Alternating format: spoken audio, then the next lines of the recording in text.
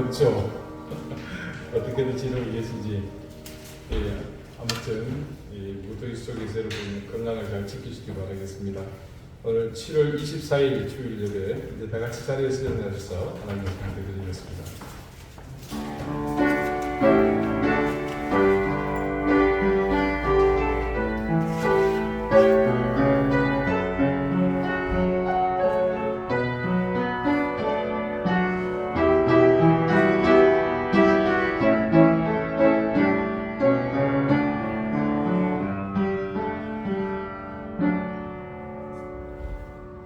아름답고 거룩한 것으로 여호와께 예배할지어다. 온 땅이여 그 앞에서 떨지어다. 모든 나라 가운데서 이르기를 여호와께서 다스리시니 세계가 굳게 서고 흔들리지 않으리라. 그가 만민을 공평하게 심판하시리라 할지로다. 아멘. 우리 믿음의 조상들은 알 수도 없고 자신의 손으로 만져보지도 못한 하나님을 향해 자신의 전부를 걸었고 그리고 그 귀한 생명을 아낌없이 던졌습니다. 하나님, 그저 하나님을 생각하며 막막함이 우리를 더없이 나약하게 만들고 때마다 우리의 생각을 비집고 들어오는 죄의 그림자들은 깨어나오지 못하는 깊은 구름으로 우리를 몰아가지만 인생을 보이지 않는 깊은 곳에서부터 이끄시는 하나님의 보내신 그리스도의 거룩한 대속의 은혜가 넘어지고 실패한 나를 일으키며 쓰러진 우리를 세우며 무기력한 우리 교회를 강력하게 붙드심으로 우리는 그저 그런 하나님을 향해 예배할 뿐입니다. 오늘 이 시간이 결코 우리의 힘으로 만든 자리가 아님을 알기에 더욱 감사한 마음과 거룩한 고백으로 하나님을 향해 엎드리며 우리의 전 인생으로 예배합니다. 아버지 하나님, 우리를 받아주시며 우리의 내민 이 손을 굳건히 잡아주십시오. 예수 그리스도 이름으로 기원하옵나이다. 아멘. 1장 함께 찬송하겠습니다.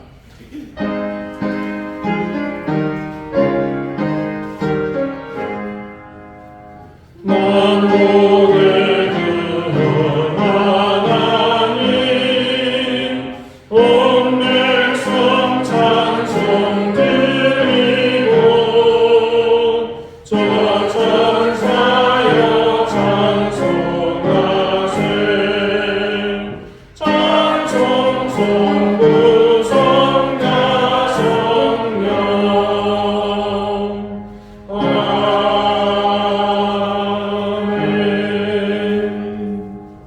이제 다 함께 참여의 기도를 드리겠습니다.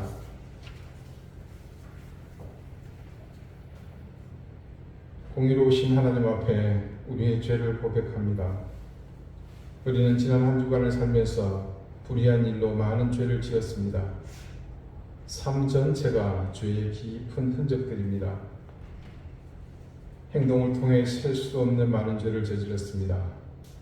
입술로 정지되지 못하고 더러운 추한 말을 쏟아내어 수많은 사람들을 실족하게 했습니다. 하나님이 주신 시간들을 악한 계획과 생각으로 가득 채우며 욕심에 가득한 마음이 이끄는 허망한 길을 쫓아갔습니다. 우리의 영혼을 파괴하며 거룩한 성령을 근심케 하며 그것이 죄라는 사실조차 생각하지 못하고 살았습니다. 사랑하며 섬기고 희생하고 죽는 것이 우리의 마땅한 본분이지만 우리는 이웃을 향해 무관심과 외면, 심지어 원망과 저주를 일관된 삶을 살았습니다. 주님, 우리의 씻을 수 없는 이 더럽고 추한 데를 용서해 주십시오. 우리의 이 형편없는 삶을 바라보며 한숨 지으시는 하나님의 마음을 헤아리지 못하고 제멋대로 살아왔던 이 형편없는 지난 시간들을 용서해 주십시오. 이제는 하나님과 나만이 아는 은밀한 죄를 생각하며 계속해서 침묵 가운데 참여의 기도를 드립니다.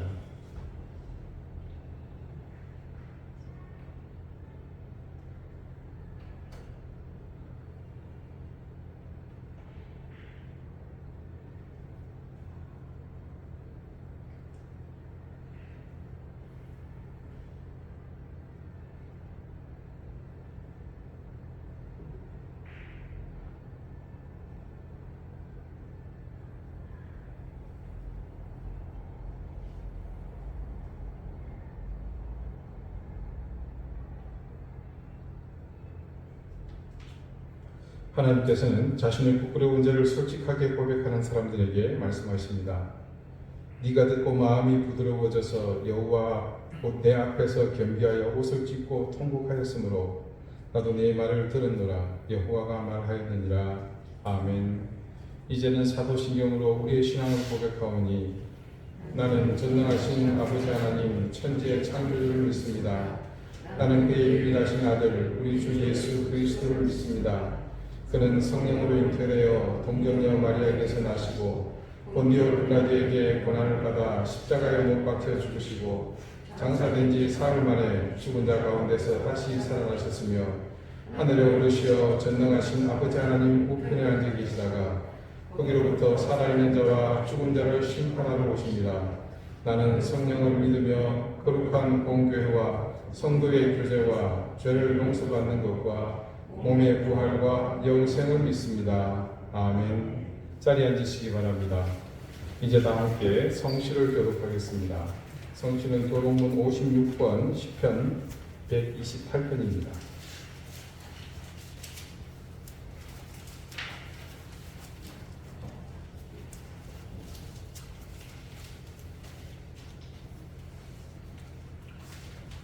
여호와를 경외하며 그의 길을 걷는 자마다 복이 있도다. 내가 내 손이 수고한 대로 얻으시도다. 내가 헛되고 통통하리로다. 내 집 안방에 있는 내 아내는 결실한 포도나무 같으며 내 식탁에 둘러앉은 자식들을 꺼내는 나무와 같으리라. 여호와를 경외하는 자는 이같이 복을 얻으리로다. 여호와께서 시온에서 내게 복을 주시리로다. 너는 평생에 예루살렘의 번영을 보며 내 자식의 자식을 볼지어다. 이스라엘에게 건강이 있을지로다. 아멘. 기도드리겠습니다. 지속된 무더위와 새로운 변이 바이러스로 인해 연일 전국 최고의 확진자 발생을 여는 이곳에서 모두들 힘들고 지친 일상을 보냈습니다. 심신이 지쳐감으로 그 영혼도 피폐해지려는 하나님의 자녀들을 위로해 주시고 자비로우신 하나님의 은혜의 손길로 굳건히 붙잡아 주시기를 구합니다. 우리를 위해 십자가를 지신 성자 예수님의 희생을 기억하며 이 고난의 삶 또한 원망과 한숨으로만 채울 수 없는 것이 우리는 그리스도이신 주님의 희생이 아니었으면 숨 쉴 수조차도 없는 존재라는 것을 알기 때문입니다. 지금 이 시간도 그 은혜와 사랑을 기억하며 진심을 담아 살아계신 삼위일체 하나님을 향해 거룩한 산 제사를 드립니다. 부디 우리를 지배하고 있는 이 모든 욕망과 더러운 탐욕의 기운을 물리쳐 주셔서 우리가 온전한 예배자로 하나님을 바라보게 해 주십시오. 전 세계의 경제 상황이 악화일로로 치달으며 그 모든 회오리 바람의 끝자락에 매달린 우리는 지난 한 주간도 요동치는 혼란 속에서 정신줄을 놓을 만큼 고통스러웠습니다. 하나님, 우리를 더욱 굳건히 붙드셔서 이 고난과 환란 속에서 무너지지 않도록 인도해 주십시오. 이 나라와 민족을 불쌍히 여겨 주십시오. 힘과 권력을 가진 자들에게 하나님 양식을 선물해 주십시오. 수치를 깨닫게 해주시고 뻔뻔함을 제하여 주십시오. 아무 말이나 책임없이 내뱉는 그들의 언어를 소멸해 주십시오. 하나님이 만드신 세상의 질서가 여기저기서 무너지고 있습니다. 차별을 금지한다는 명목으로 사회의 질서를 어지럽히며 자라나는 세대에게 악한 것을 여과 없이 주입하는 악한 세력들을 물리쳐 주십시오. 무너진 학교 교육의 현장, 인권이라는 이름으로 자행되고 있는 불법들과 역차별들, 오히려 타인의 인권을 짓밟으면서 인권을 지킨다는 어리석은 발상이 자리 잡지 못하도록 하나님의 권능으로 그 어리석음이 무너지게 해주십시오. 우리 사랑하는 이든 교회의 교우들을 주님 더 큰 은혜로 거두어 주십시오. 생업의 은총을 더하시고 가정의 평강을 주십시오. 자녀들의 형편을 살펴주셔서 그 앞길이 평탄하게 해주십시오. 오랜 질고로 고통받는 교우들을 하나님 기억해 주시고 그들을 속히 병마로부터 놓이게 해주십시오. 우크라이나에 속히 봄날의 따스한 햇빛이 비치게 해주십시오. 러시아의 침공이 더 이상 지속되지 않도록 망상에 빠진 푸틴이 제거되게 해주십시오. 아프가니스탄과 미얀마의 국민이 겪고 있는 고통을 외면하지 않게 해주시고 간절함으로 모두가 기억하며 기도하게 해주십시오. 주님, 이제 말씀을 듣겠습니다. 우리의 마음을 더욱 겸손하게 하셔서 이 겸비함 속에 임하는 귀한 은혜를 받게 해주십시오. 악한 영을 제하시고 성령 하나님께서 친히 우리를 붙드시어 살아계신 하나님의 음성을 듣는 시간이 되게 해주십시오. 오늘 거룩한 주의 날에 드리는 이 예배가 우리에게 그런 확신과 믿음의 결단의 장이 되게 하시고 예배가 지금 시작하여 이곳에서 끝나는 것이 아니라 세상 가운데 지속됨을 예배를 마치고 나가는 그 순간부터 새롭게 이어짐을 모두 깨닫고 함께 결단하게 해 주십시오. 모든 것을 감사드리며 예수 그리스도 이름으로 기도드립니다. 아멘.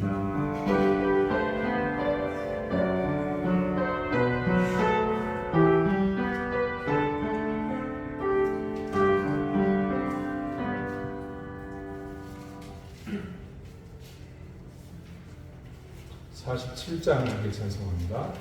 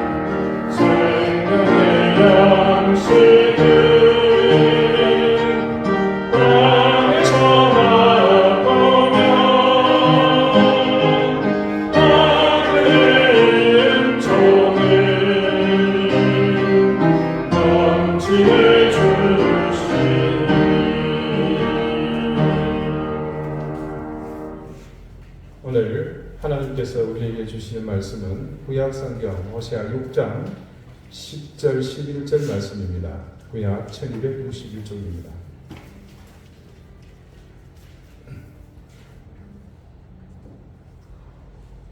호세아 6장 10절 11절 말씀을 제가 읽겠습니다. 이제 다 같이 자리에서 일어나셔서 하나님의 말씀을 경청하십시오. 내가 이스라엘 집에서 가증한 일을 보았나니 거기서 에브라임은 음행하였고 이스라엘은 더럽혀졌느니라. 또한 유다여 내가 내 백성의 사로잡힘을 돌이킬 때에 네에게도 추수할 일을 정하였느니라. 아멘. 자리에 앉으시기 바랍니다.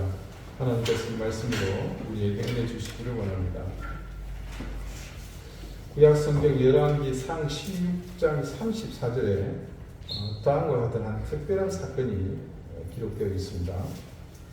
그 시대에 베델 사람 히엘이 여리고를 건축하였는데 그가 그 터를 쌓을 때에 맏아들 아비람을 잃었고 그 성문을 세울 때에 막내 아들 스굽을 잃었으니 히엘이라는 사람이 순차적으로 큰아들과 막내 아들이 죽는 일이 일어났습니다. 부모가 아닌 아들이 먼저 죽는 일은 정말로 슬프고 참담한 일입니다. 그것도 하나가 아니라 첫 번째와 막내가 죽었다는 것은 어디 비할 데 없는 크나큰 슬픔이고 절망입니다. 첫째 아들은 아들 중에서도 가장 귀한 아들입니다. 고대 사회에서 어디나 그랬겠지만 그 아들이 곧 가계를 이어갈 적자이기 때문입니다. 국가에서는 왕위를 이을 후계자죠. 그래서 소위 애들 말로 부모들은 어려 큰아들에게 기대를 걸고 몰빵합니다. 그 몰빵이라는 말이 있더라고요. 저는 아이들이 만든 용어인 줄 알았더니 몰방이라는 말이 있습니다. 사격을 할 때 한쪽에 몰아서 한다는 그런 뜻입니다. 아무튼 그렇게 몰빵하죠. 다른 형제들은 대충 학교를 다니거나 말거나 큰아들은 소 팔고 논 팔아서 서울 유학시키는 게 예전 우리나라 대부분 가정의 그 형편이었습니다. 이스라엘도 마찬가지입니다.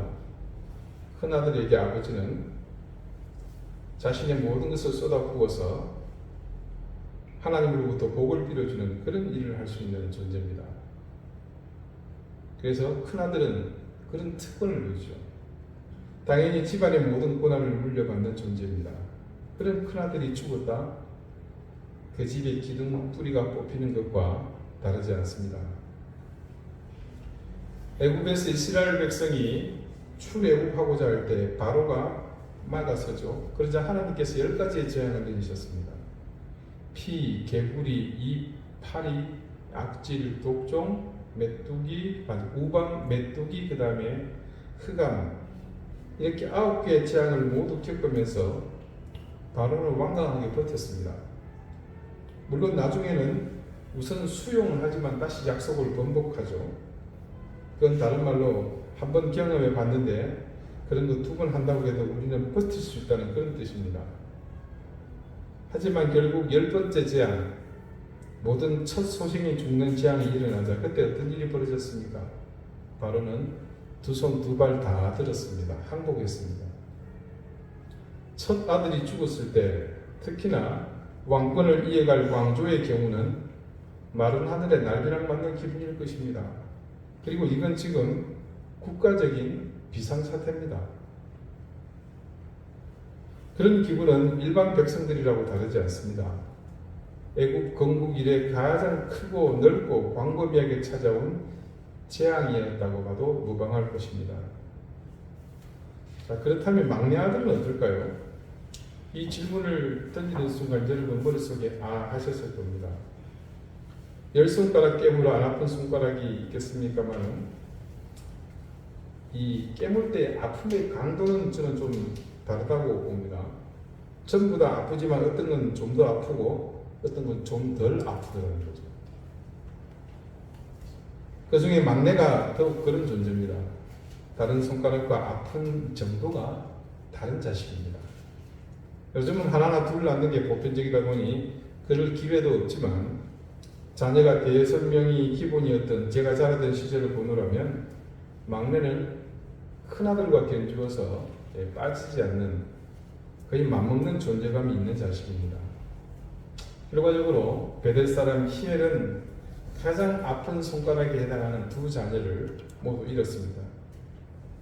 성경은 앞서서 무슨 전조가 있는 것도 아니고 느닷없이 무슨 일을 벌이는데 그런 일이 순차적으로 일어났다고 증언합니다.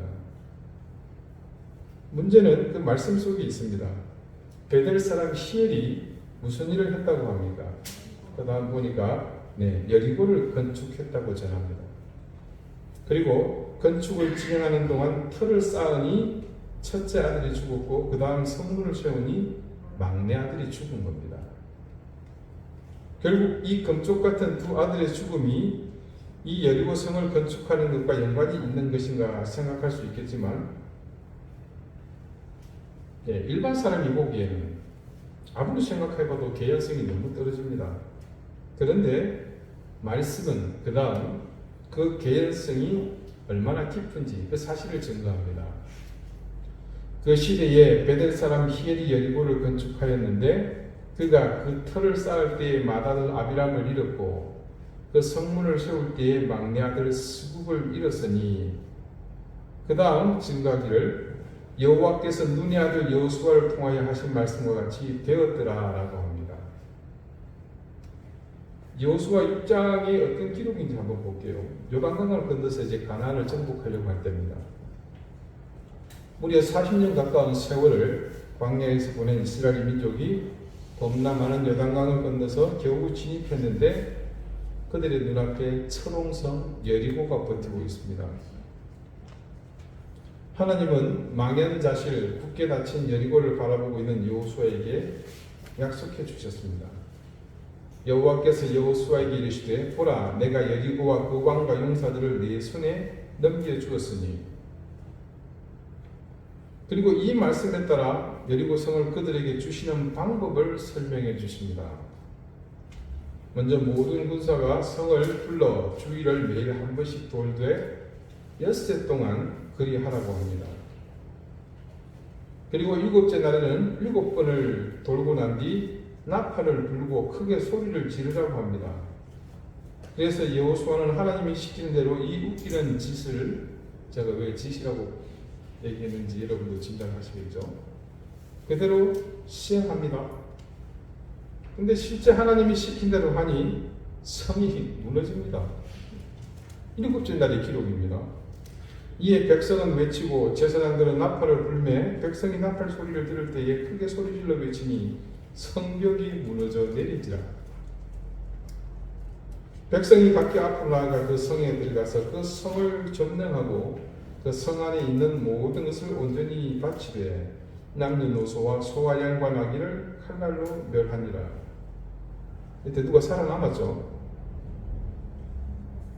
실제로 이 일이 일어난 겁니다. 여호수아가 그렇게 성을 정복하고 난 다음 다음과 같이 말합니다. 여호수아 6장 26절의 말씀이거든요. 여호수아가 그때에 언제입니까? 여리고가 무너져 내릴 그때 무너지고 정복할 때입니다.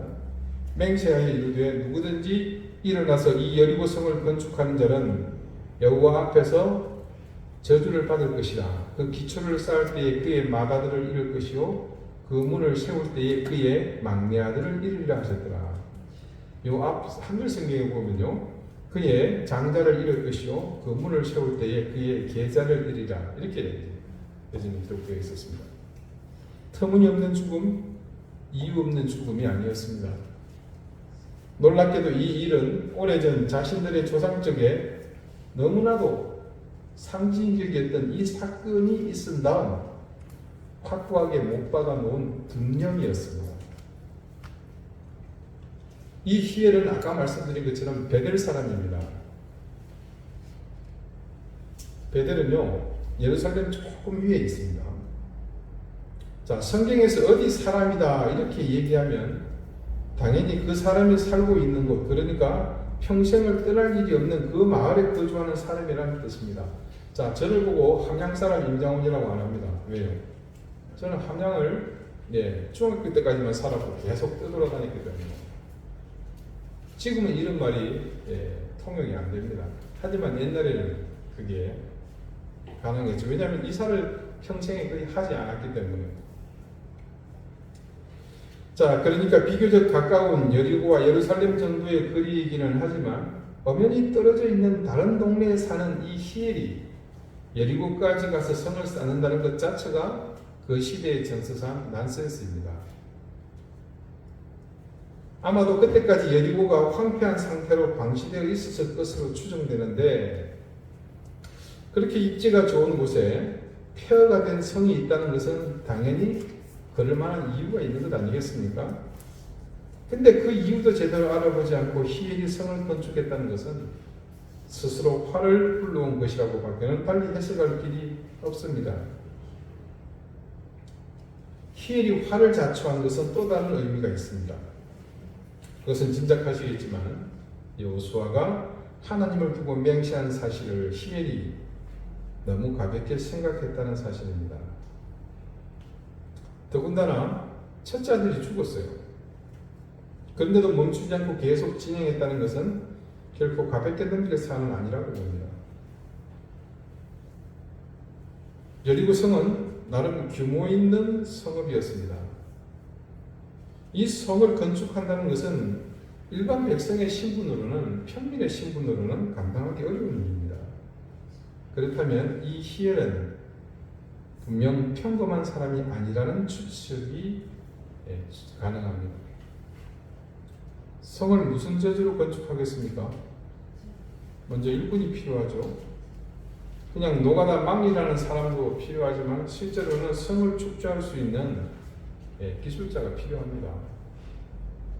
그리고 그냥 무너진 돌이며 흙이며 나무를 다시 주워 재활용하는 그런 건축 아니잖아요. 어디서 뭐 초막 짓는 것도 아니고 영적인 성인데 자재를 상당수 새로 구매해야 합니다. 부자였다는 말입니다. 아니면 그와 비견할 어떤 힘이 있는 사람이라는 말이죠. 자, 여러분 모두 그런 것은 아닙니다만 부자의 특징 중 대표적인 것이 있다면 어떤 걸 들 수 있겠습니까? 남의 말 잘 듣지 않습니다. 들을 필요가 없지요. 안 되면 자기 돈으로 하면 되니까요. 예나 지금이나 돈으로 안 되는 거 사실 별로 없습니다. 그러니 부자는 그때도 지금도 남의 말 잘 안 듣습니다. 그냥 부자는 자기가 생각하는 대로 결정하고 그걸 명령하는 사람입니다. 지금 이런 부자의 일반적 특징을 말씀드리는 이유가 이 여리고 성 건축과 맞물린 중요한 이유가 있기 때문입니다. 사실 이스라엘을 가보면요, 예루살렘도 그렇거니와 베델도 비옥한 토지가 있는 곳이 아닙니다. 모두 높은 지대에 자리 잡고 있습니다. 그래서 외적의 침입에 대비하기는 좋습니다만 농사를 짓거나 목축을 하기에는 좋은 입지가 아닙니다. 반면에 여리고는 다릅니다. 여리고 옆에 뭐가 있습니까? 요단강이 흐르고 있습니다. 모든 것이 풍부합니다. 실제로 제가 이스라엘에 갔을 때에 예루살렘과 여리고는 물가 자체가 틀려요. 예루살렘 시내의 마트와 여리고 시장의 물건 가격은 한국의 정서당 한 2배 정도까지는 우리가 용서가 되죠. 근데 거기는 최소 4배가 넘습니다. 쉽게 비교하자면 마트 가서 요만한 장바구니 하나 볼 돈이면 여리고 시장을 가면요, 차 트렁크를 하나 채우고 옵니다. 제가 직접 그걸 가서 봤어요. 채소도 한눈에 보기에 튼실해 보이고 과일도 맛이 월등히 좋습니다. 여리고에서 망고를 한번 드셔보십시오. 먹다가 뒤로 넘어집니다. 한번 준비해서 같이 가시자고. 여러 가지 면에서 좋은 입지를 가지고 있는 동네입니다. 그런데 그 여리고가 그 중심에 있는 성이 무너진 채 그대로 방치되어 있습니다. 물론 이유는 알고 있습니다. 그곳을 자신들의 조상이 정복하면서 기적처럼 무너뜨렸고, 그리고 무너진 그 자리를 여호수아가 여호와 하나님의 이름으로 저주를 내렸기 때문이라는 것을 말합니다. 그런데 열왕기의 말씀이 기록된 그 시기는 다윗 이후거든요. 훨씬 이후입니다. 여호와 하나님의 말씀이 지나가는 개가 짖는 정도로 여겨지던 그런 때입니다. 그런데다가 히엘 사람, 베델이 아니에요. 베델 사람 히엘은 어떤 사람입니까? 부자입니다.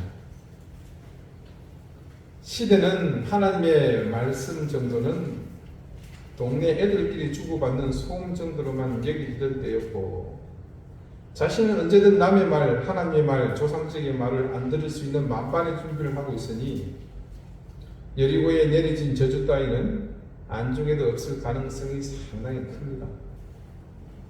그리고 주변의 분위기를 보아하니 저 임자 없는 성을 내가 차지하지 않으면 어떤 놈이 언제 꿀꺽 삼킬지 불안하기도 합니다. 이래저래 모든 상황은 자신이 여리고 성을 차지하고 새로 짓도록 등 떠밀고 있습니다. 그래서 시행사를 섭외해서 설계 도면부터 그리라고 주문 넣고 이내 동사무소에 돈 봉투 들고 가서 건축 허가 받아냈습니다. 돼지머리 놓고 제사를 거하게 지내고 나서 토목공사를 시작합니다. 탑하기를 시작하면서 주소를 대충 정리하는데 갑자기 집에서 큰일이 났다고 하인이 찾아왔습니다. 왜 왔는지 우리는 알고 있죠. 집에 큰아들이 급사를 했기 때문에 황급히 찾아온 겁니다. 자, 상식적으로 큰아들이 죽었습니다. 그럼 일반적으로 지금 하던 일 전부 올스톱입니다. 얼마나 중요한 일이 있었는지 모르지만 큰아들의 사망 소식과 비교할 수 있는 일은 지금 그 상황에서는 없기 때문입니다. 그런데 큰아들이 죽었지만 공사가 멈춘 것이 아닙니다. 말씀이 증언하는 바에 따르면 그럼에도 불구하고 히엘은 그 다음 성문을 세웠고 그때 막내 아들도 죽고 맙니다. 도무지 이해가 안 가는 일이 일어났습니다. 큰아들이 죽었음에도 공사가 멈추지 않고 진행되었다는 것은 두 가지 정도로 상황을 추측해 볼 수 있습니다. 먼저 집에서 장남의 사망 소식을 전하러 온 사람에게서 제대로 이야기를 듣지 않았을 경우입니다. 이를테면 주인님 집에서 하인이 급한 소식을 두고 찾아왔는데요. 바빠 죽겠네. 야 그냥 돌아가라 그래. 주말에 내 집에 간다고. 자, 이렇게 집에서 온 급한 전가를 듣지도 않고 이야기를 전하러 온 사람을 그냥 돌려보냈을 가능성이 있는데요. 근데 그냥 집에 송아지가 죽은 것도 아니고 도둑을 맞은 것도 아니고 장남이 죽었습니다. 이 하인이 아무 소리도 안 하고 그냥 순순히 돌아갔을까요? 아닙니다. 이 가정은 가능성이 희박하죠. 그 다음에 또 한 가지는 뭡니까? 이 히엘이 여리고의 서린 저주에 대해서 알았느냐 몰랐느냐, 이 두 가지의 경우가 수에 따라서 또 다르게 접근할 수 있는 문제입니다. 몰랐다고 했을 때입니다. 갑자기 큰아들의 사고 소식을 들었을 때 아마 본인은 모르겠지만 일꾼 중에는 그 사실을 아는 사람이 있지 않았겠습니까? 그래서 그 저주 때문입니다라고 히엘에게 그 사고의 원인을 전했을 가능성이 있습니다. 반면 알았다고 했을 때입니다.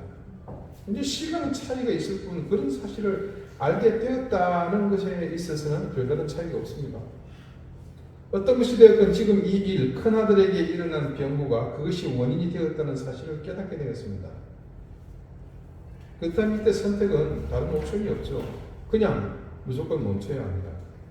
아니면 막내 아들도 이럴 것이기 때문이죠. 그런데 말씀이 정언하는 바에 따르면 히엘은 멈추지 않았습니다. 결국 성문을 세우게 되면서 여호수아의 저주는 완성됩니다. 막내 아들도 큰 아들의 뒤를 따라 갔습니다. 이 사실을 미루어 보건대 히엘이 그렇게 한 원인은 한 가지입니다. 히엘이 이 여호수아의 저주를 담은 예언을 무시했다는 겁니다. 이런 주장에 설득력이 있는 것이 앞서 히엘이라는 사람의 어떤 성향의 사람인지를 짐작하게 하는 그 부분에서 원인을 찾아볼 수 있습니다. 하나님 말씀이 동네 개 짖는 소리만도 못하던 시대에 자신이 가진 것으로 남의 말 듣기보다 자기 고집대로 하는 것이 익숙한 사람에게 충분히 일어날 수 있는 일입니다. 그는 실제로 이 여호수아의 예언을 무시했다고 보며 심지어 그 예언대로 첫째 아들이 죽었음에도 그것을 분명 계산성 없는 우연으로 치부했을 확률이 높습니다. 그리고 자기 고집대로 진행을 하다가 이 일을 만나게 된 거죠. 결국 두 아들을 모두 잃게 된 것은 히엘의 꺾이지 않는 고집 때문이었다고 밖에는 볼 수 없습니다. 한마디로 이는 히엘이 뿌린 그대로 거둔 셈입니다. 경고를 무시하고 비록 저주이기는 하지만 하나님의 이름 앞에 선포한 그 사실을 무시하는 대가를 히엘이 그대로 톡톡히 치르게 되었습니다. 추수는 몇 가지 의미가 있습니다. 근본적으로는 파종한 작물이 자라서 열매를 맺고 그것을 거두는 것을 추수라고 하는 본질에서는 어떤 것이 되었건 자신이 뿌린 씨가 맺은 열매를 만나는 것으로 의미는 동일합니다. 하지만 이 추수는 반드시 두 가지로 나뉘게 되어 있습니다. 선한 열매를 심었느냐 아니면 악한 열매를 심었느냐. 먼저 선한 열매를 거두는 추수입니다. 즉 가을의 결실을 기대하고 곡식의 종자를 파종하듯 미래를 보고 선한 노력을 계획하고 실천하는 일입니다. 자, 그것을 아는 사람은 누구든 최고의 노력을 기울이죠. 먼저 좋은 종자를 선별하여 고릅니다. 그리고 그 종자를 심을 토지에 정성을 쏟습니다. 씨앗을 심어서 잘 자라도록 토지를 갈아엎고 또 충분한 영양을 공급하도록 그곳에 거름을 줍니다. 가장 적합한 때를 선택합니다. 파종한 후에도 노력은 그치지 않습니다. 싹이 나고 자라는 동안 잡초들이 작물이 자라는 데 방해가 되지 않도록 제거합니다. 혹시 수분이 부족하면 물을 더 주기도 하고 추가로 거름을 더 주기도 합니다. 자, 이런 노력은 심은 작물이 최고의 결실을 내도록 하기 위함입니다. 그리고 그런 농부의 노력은 절대 배신당하지 않습니다. 그래서 가을이 되면 혹은 그 작물이 결실할 어느 시점이 되면 그것을 심은 사람은 풍성한 결과를 맞이하게 되죠. 그러나 나쁜 의미의 추수는 이와 정반대로 나타납니다. 농부가 추수를 목적으로 하는 그런 의도와는 전혀 상관없이 파종됩니다. 파종하는 것이 아니라, 즉 자의에 의해서가 아니라 자신이 무관심한 그 와중에 뭔가가 자신의 의지와 관계없이 자신에 의해서 파종된다는 말입니다. 예, 뭐 장황합니다만 무슨 말인지 아시죠? 자신도 알지 못하는 사이에 파종된 것이지만 그 씨앗의 주인은 누굽니까? 자기 자신입니다. 자신이 알지 못하는 사이에 파종된 것이기에 그 존재를 알지 못하므로 부지중 심긴 그 씨앗이 싹이 트고 자라는 사실도 알지 못합니다. 이런 경우 설령 안다고 하지만 대부분은 그것을 대수롭지 않게 여깁니다. 그렇게 생각한다는 것은 그것이 자신과 무관하지 않다는 사실을 알면서도 그 사실을 방치하는 것과 같습니다. 그 사실을 알았을 때 누구든 그 즉시 중단하면 됩니다. 그죠? 희열도 큰아들이 죽었을 때 그냥 멈추면 됩니다. 뿌리채 뽑아버리면 그렇게 심긴 악의 종자는 토지로부터 더는 양분을 공급받지 못하기 때문에 말라 죽어버립니다. 그렇게 되면 그 악한 종자로부터 자라나서 결실하게 될 열매를 수확하지 않아도 됩니다. 그러나 극히 일부를 제외하고는 그런 상황에서 돌이키거나 물러서는 사람은 없습니다. 우리가 보기에는 부지간에 일어난 일이고 이제 기회가 주어졌다고 생각합니다마는 기실은 자신이 그렇게 심고 또 자라고 있는 죄의 씨앗과 무관하다고 하나 실제로 자신이 구체적으로 적시하지 않았을 뿐 이미 그 죄의 씨앗을 충분히 품고 있었고 수많은 곳에 뿌렸다라는 그런 반증입니다. 오늘 말씀은 전체 이스라엘 백성이 가증한 일을 행하는 것을 하나님께서 보셨다고 합니다. 그 가증한 일의 한 가지가 에브라임, 북이스라엘이죠. 그들이 행한 음행이었습니다. 그로 인해 하나님께서 이스라엘이 더럽혀졌다. 그렇게 말씀하십니다. 그리고 남쪽 유다도 마찬가지입니다. 그들이 행한 일이 구체적으로 열이가 되지는 않았지만 하나님께서 백성의 사로잡힘을 돌이키실 때에 유다의 행한 일에 대해서도 추수할 일을 이미 정해 놓으셨다고 그렇게 말씀하십니다. 자, 여러분, 하나님은 공의로운 분입니다. 그분 자체가 공의죠.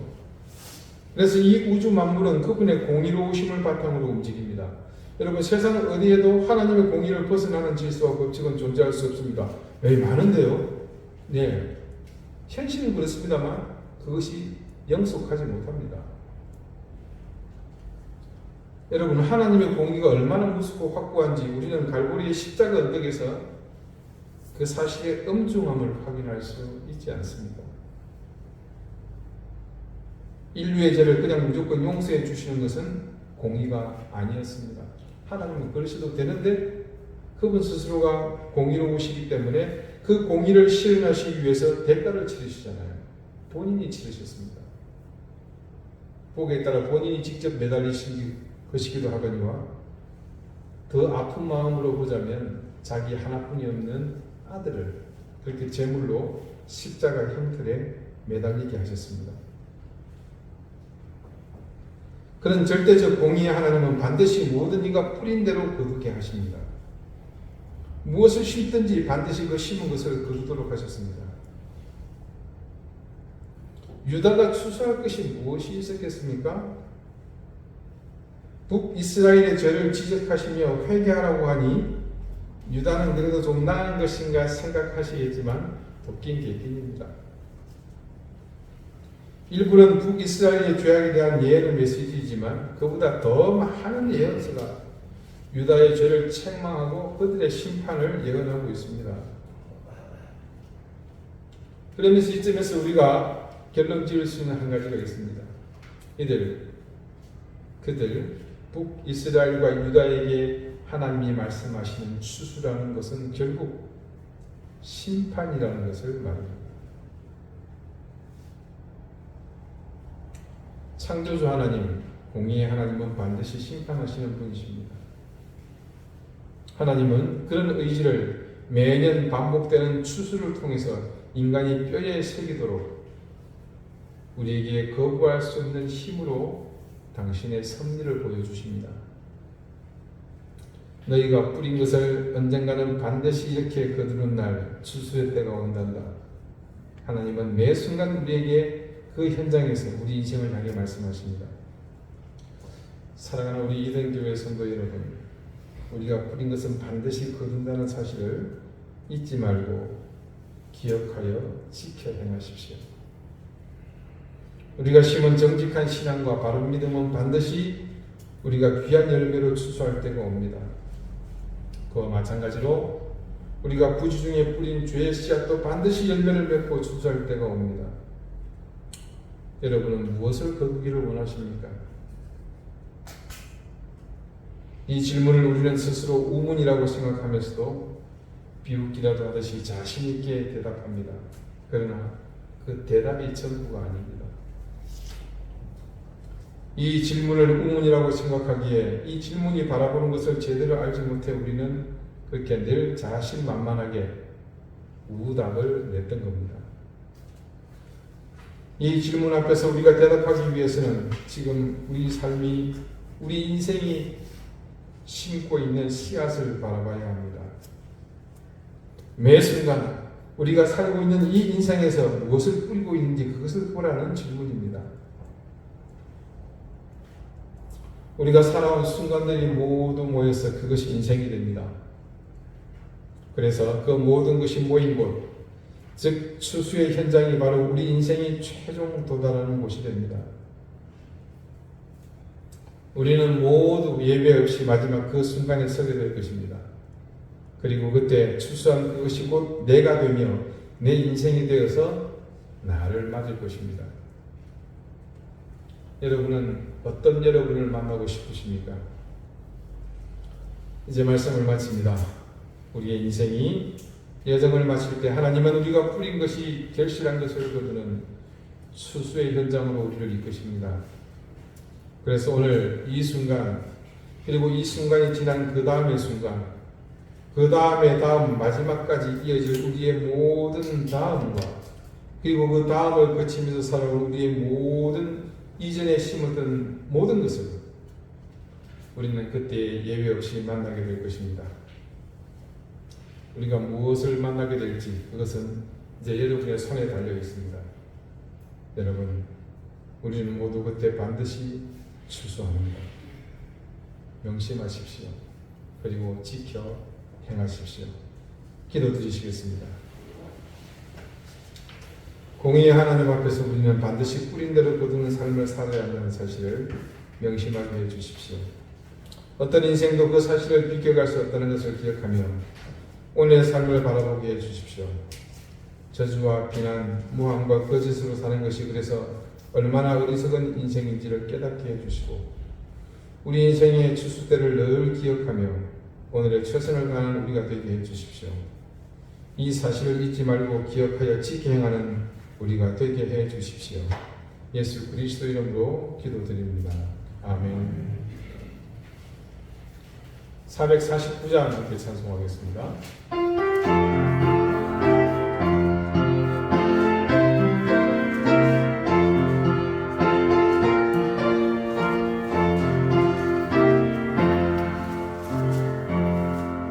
예수 따라가며 복음 순종하며 우리의 갈 길 말하겠네. 주를 지하며 순종하는 자를 주가 그렇게 하시리라. 의지하고 순종하는 길은 예수 안에 즐겁고 복된 길이로다. 죄를 당하거나 우리 곳에 갈 때 주가 위로해 주시겠네. 주를 의지하며 순종하는 자를 주가 안위해 주시리라. 의지하고 순종하는 길은 예수 안에 즐겁고 복된 길이로다. 나의 짐을 지고 주를 위로하며 주가 상급을 주시겠네. 주를 의지하며 순종하는 자를 항상 공개하여 주시리라. 의지하고 순종하는 길은 예수 안에 즐겁고 복된 길이로다. 우리 가는 것을 주께 나누리며 우리 기쁨이 넘치겠네. 주를 의지하며 순종하는 자를 주가 풍성케 하시리라. 의지하고 순종하는 길은 예수 안에 즐겁고 복된 길이로다. 주를 믿으면서 말씀 잘 배우고 주를 모시고 살아가세. 주를 의지하며 항상 순종하며 주가 사랑해 주시리라. 의지하고 순종하는 길은 예수 안에 즐겁고 복된 길이로다. 자비로우신 하나님의 은혜와 사랑을 감사드립니다. 오늘 사랑하는 주의 자녀들이 하나님이 주신 은혜를 기억하며 잊지 않는 마음으로 하나님께서 주신 것 중 일부를 정성스럽게 구분하여 하나님 앞에 드립니다. 드린 이 손길들의 마음과 정성을 하나님께서 기쁘게 받아주십시오. 그것이 우리의 마음과 정성뿐이 아니라 우리의 인생, 우리의 삶을 함께 담아드리오니 하나님 온전히 거두어 하나님 능력으로 온전히 붙잡아 주시기를 구합니다. 하나님 각 가정의 형편을 살펴주시고 건강을 주시며 생업의 복을 더하시고 자녀들이 아끼어 주님께서 활짝 열어주시기를 구합니다. 교회를 위해 수고하며 애쓰는 손길들을 기억해 주십시오. 반주하며 성전을 청소하며 또 교회 학교를 수고하는 모든 손길들, 그리고 짬짬이 나와 성전을 돌아보며 화초를 가꾸는 귀한 손길들, 하나님 그들을 모두 기억하시고 하나님의 귀한 은혜로 붙들어 주시기를 간절히 구합니다. 감사드리며 예수 그리스도 이름으로 공을 기도드립니다. 아멘. 예, 교회 소식 알려드립니다. 특별한 건 없고요. 연일 지속되는 무더위 속에서 여러분 건강 상치 않도록 조심하시고요. 제주도 확진자가 전국 대비 비율이 엄청나게 높죠. 아마 많은 관광객들과 무관하지 않다 생각합니다. 그래서 손님들 맞으실 때 이렇게 적절히 조심하셔서 아예 집에 못 들어오게 보내신다든지 기타 등등 여러분이 지혜롭게 잘 할 수 있기를 바랍니다. 지난주에 광고드린 그 김정태 집사님 장녀 제2의 장학금을 고민을 하다가 경남노회 통영에서 심호하고 있는 목사님으로부터 한 소식을 접했습니다. 코로나 이후로 그 통영 앞에 있는 그 바다에 섬들이 교회가 있습니다. 그래서 교회들이 지금 심각한 어려움을 겪고 있다고 합니다. 한 반수 정도는 교인이 아예 없는 곳도 있고, 그래서 열심히 목사님들이 전도하시고 있지만, 그래서 재정이 너무 열악해서 그 교회가 재정이 넉넉하지도 않으면서 구역별로 한 교회씩을 맡아서 후원을 하고 있다고 합니다. 그래서 제가 판단하기에는 그 중에서 지금 당장 큰 돈은 아니지만 파급한 교회를 알려주면 저희가 그렇게 후원할 수 있도록 그렇게 하겠습니다. 계속해서 아프가니스탄을 위해서, 미얀마를 위해서, 그리고 우크라이나를 위해서 여러분 잊지 말고 기억해 주시기를 당부드리겠습니다. 우리 박정규 회장님 자부 되시는 우리 정원정 집사님, 오늘 예배로 당분 미국으로 들어가셔야 됩니다. 계신 동안 예배 참석하셔서 감사드리고, 미국 돌아가셔서도 그곳에서도 신앙생활 그리고 하나님 도우시는 손길을 의지하고 당당하게 저희가 사용할 수 있으시기를 기원합니다. 이제 다 같이 자리에서 일어나셔서 앞뒤 좌우에 계신 분들과 가정하게 인도를 나누시겠습니다. 54장 함께 찬송합니다.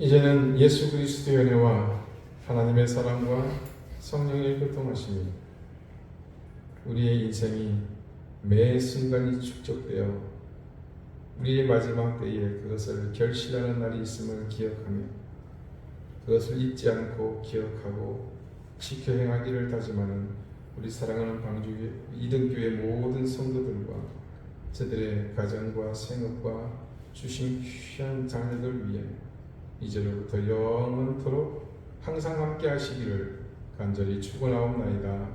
아멘.